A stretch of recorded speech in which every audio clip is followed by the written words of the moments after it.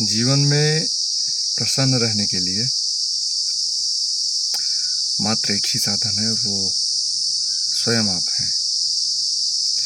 अगर आप अपने कारण से प्रसन्नता और आनंदित नहीं हो पा रहे हैं, तो फिर आप मान करके चलिए कि इस संसार में, इस ब्रह्मांड में और कोई नहीं है जो आपको आनंदित कर सके। कभी कभी हम ये कहते हैं कि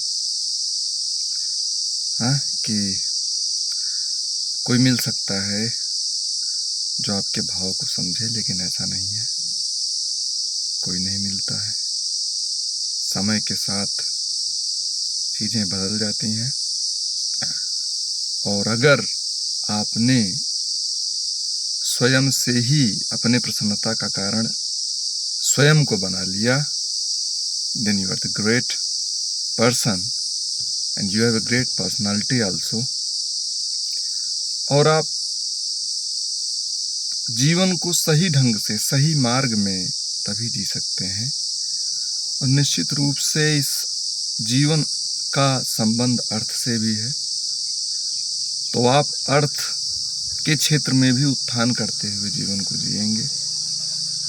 और जिस तरह से कहा जाता है कि जीवन का अंतिम सत्य मृत्यु है, तो मृत्यु तो सबको आनी है और अपने समय पर ही आनी है। It can not be changed. निश्चित रूप से बेसिकली स्वयं में खुश रहना, स्वयं से ही खुश रहना, ये बहुत महत्वपूर्ण है। इसको प्राप्त करना बहुत अनिवार्य है जीवन में। और दूसरी चीज, किसी भी घटना को लेकर के हम पैनिक बहुत जल्दी हो जाते हैं। हम उसके अर्थ, उसके अनर्थ, उसके परिणाम के विषय में सोचने लगते हैं कि इसका क्या परिणाम होगा, जबकि ऐसा कुछ नहीं है। सब समय के संदर्भ में, समय के गर्भ में छिपा हुआ है। वह अनियंत्रित है, वह आपके नियंत्रण में नहीं है। That process, that phenomena is out of your control. I think even that is out of your think also. You can not imagine.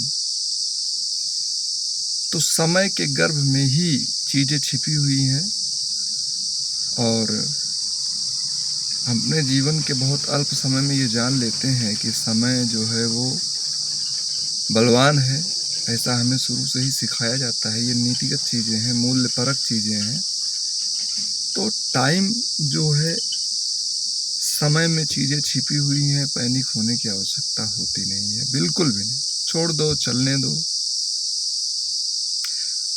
कहते हैं कि स्वयं के ऊपर नियंत्रण नहीं है और हम दूसरों के ऊपर, चीज़ों के ऊपर नियंत्रण बनाना चाहते हैं। ऐसा कभी हो नहीं सकता है।